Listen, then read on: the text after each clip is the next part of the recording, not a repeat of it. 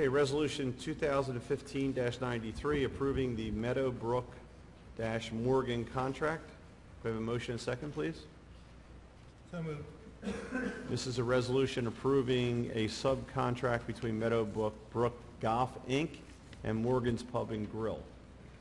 And Fred, I would ask if you could, apparently, I guess this contract was not available online, so if you could go over some of the salient points in the contract for the purposes of the public. Sure. Let's start at the beginning, though. The municipality is not a party to this contract. The municipality passed a resolution and then entered into an agreement with Meadowbrook, and under that resolution and that agreement with Meadowbrook, Meadowbrook was given the right to sub out the food and beverage services. So what you have in front of you is not another contract involving the municipality. The municipality did reserve the right at the time that the Meadowbrook contract was entered into with the city and Meadowbrook to approve the subcontract for food and beverage services, and that's what you have in front of you.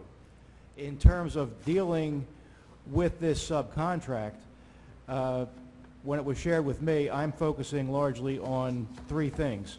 One is the relationship in regard to the ABC license. The second is the indemnification of the municipality by the parties to this agreement. And the third is the term, because our term in the Meadowbrook contract only authorizes Meadowbrook to do management services through December 31 of this year. And it also provided for a get-out by the municipality should we wish to do that. And we wanted to ensure that this contract, subbing out the food and beverage, had those things in it, which it does. Beyond that, there are business points, but those business points are between Meadowbrook and Morgan. So we did not engage in anything having to do with the business points. Having given Meadowbrook the authority to enter into a subcontract, it is then up to them and their sub to work out the business points. So I think for purposes of the city's point of view, the critical pieces here are, yes, the term of this subcontract is consistent with the primary contract between the city and Meadowbrook. Yes, there is indemnification by these parties of the municipality.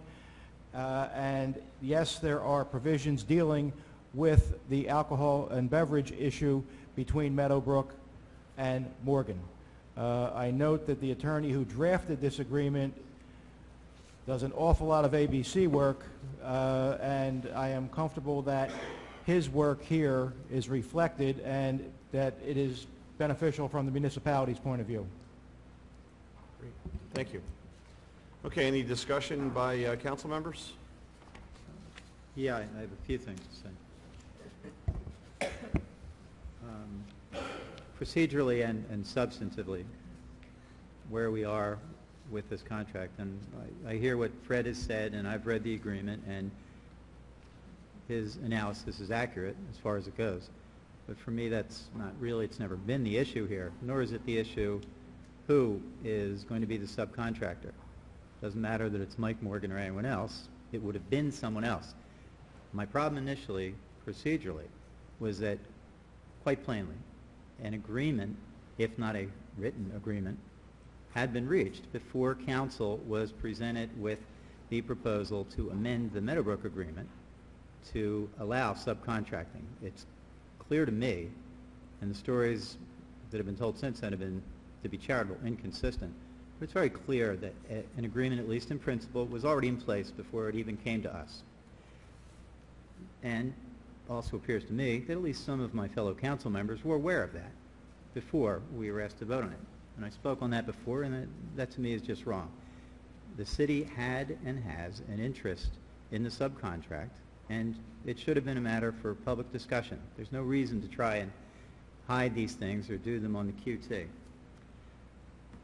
We would not have gotten copies of any of the written agreements. And I'll note that at my request, and since the last meeting, I did receive from Ed copies of the prior writings that had been alluded to at prior council sessions, but which had not been provided. And just to remind everybody, when this issue first came up, we were told there was a written agreement. In fact, there was a writing that had been entered into by Meadowbrook and by Mike Morgan's company. We as council, at least council officially and council as a body, had not seen that. My concern then was, not knowing what the terms of that agreement might be, we needed to know that things were being done the right way for the ABC and that the parties to that agreement weren't imposing any duties on the city over and above the duties that we have already assumed or would assume under our Meadowbrook agreement. So it took more work than it needed to for me to get copies of those agreements, and now I think in large measure, if not completely, because of me raising those questions, which I shouldn't have had to raise to begin with, we have a final agreement. So that's procedurally, it didn't have to go that way, and it shouldn't have gone that way. Substantively, I don't know how we could have more thoroughly squandered the potential of the golf course to this point in time.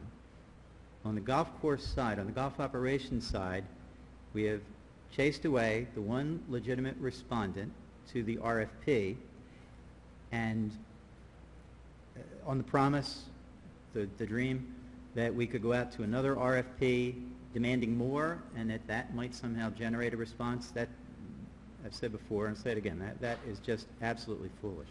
But in terms of the food and beverage, members of this council, more than once, many times, said we need to look at all the options. The food and beverage in particular is an area of potential profit, potential upside to the city. Because let's not forget, it's a city asset. If it is to be an asset to us at all, shouldn't it produce something?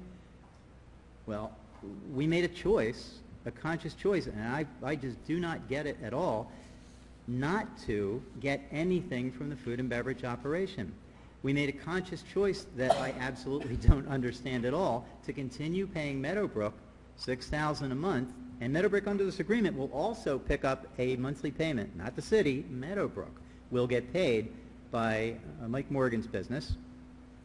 The city's total benefit from this is that we are going to be paid $1,000 a month towards utilities. Well, that's no big deal. Not only because it's only $1,000, but because where else does a commercial landlord pay its tenants' utilities costs? I don't even know what the utility costs for that operation are. I'd venture to say they might well exceed $1,000 a month. So we're getting, in effect, a token payment against costs that we incur, because the city does pay all the utilities in the first case for everything that happens at the golf course. So we had a chance. You know, we had an opportunity to try and benefit from the food and beverage operation. If, in fact, as was stated so many times, people believe that there was that potential, that value in the food and beverage side, yet we chose not to do it. We chose to enter into an agreement where we get nothing. It's a city asset. The city's not getting anything. It's nice to point out, as our mayor did to last meeting, that I think it was on Easter, that things were very busy and there was a lot of activity there. That's great. And that's good for the operator, but only for the operator. That doesn't flow to the city. There's none of that money, none of that revenue is coming to the city. That was a choice we made. It is absolutely staggering to me that we would voluntarily do that, and yet we did.